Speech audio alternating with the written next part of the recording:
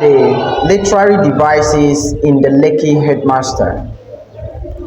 Kabir employs various literary devices to enhance the depth and effectiveness of the Lekki Headmaster.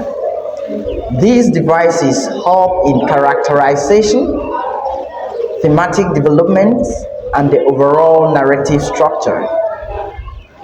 Now, I want to mention the basic literary devices employed in the Lekki Headmaster. The very first one is symbolism. The novel itself symbolizes the state of education in Nigeria, with stardom schools representing the larger educational system and its challenges. Mr. Beppo symbolizes integrity and dedication, while Mrs. Gloss represents the commercialization of education.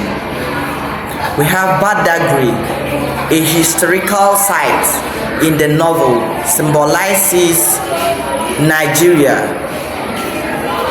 Badagry symbolizes Nigeria's past struggle and the need for historical consciousness. Number 2 is irony. It is ironic that an institution meant to nurture excellence is run by people more interested in profit than education. Mr. Beppo, who works so hard for the school, is not valued by the management. Instead of being rewarded, he is seen as a troublemaker. The idea that one must leave Nigeria to succeed is also presented ironically through Mr. Beppo's internal conflicts. Another device we have here is flashback. To recall the past is the meaning of flashback. So the novel employs flashbacks to provide insight into Mr. Beppo's past experiences, including his journey into teaching and the struggles he has faced in the Nigerian educational system. These flashbacks help to explain his moral principles and his hesitation to leave Nigeria. Number 4 is satire. The novel satirizes corruption and inefficiency in Nigeria's education system, exposing how favoritism and financial interests overshadow true academic excellence. Through humor and exaggeration, the author marks how many private schools prioritize business over learning. Next, we have foreshadowing. Foreshadowing has to do with seeing into the future, suggesting what will happen in the future. So early in the novel, Mr. Beppo's dissatisfaction with the school management hints at his eventual departure. The repeated discussion about migration and Japa syndrome foreshadow Mr. Beppo's final decision regarding whether to leave Nigeria or stay. The next one is humor and wit.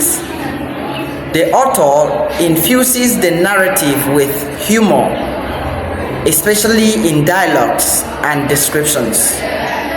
Characters like Oju, Mr. Beppo's friend, provide comic relief, making the serious theme more engaging. You also have imagery. Vivid description of stardom schools, Lagos, and historical locations like Badagry create a strong sense of place. The author paints a realistic picture of school environments, classroom dynamics, and administrative struggles. Then we have allusion. The novel references historical events and figures to connect the past with the present, especially during the trip to Badagry, a site linked to the transatlantic slave trade. These references served as a reminder of Nigeria's colonial past and its impacts on the present. Also, in this book, we have personification. The Nigerian educational system is often described in ways that make it seem like a living entity, struggling under the weight of corruption and mismanagement. In conclusion, the literary device in the Lekki Headmaster helped to deepen its themes, making it a powerful critique of Nigeria's educational system, migration crisis, and moral dilemmas. The use of humor, irony, and symbolism makes the novel both thought-provoking and entertaining. In my next video, I am going to talk about a series of questions from the Lekki Headmaster. Thank you. I remain Teacher Dixon.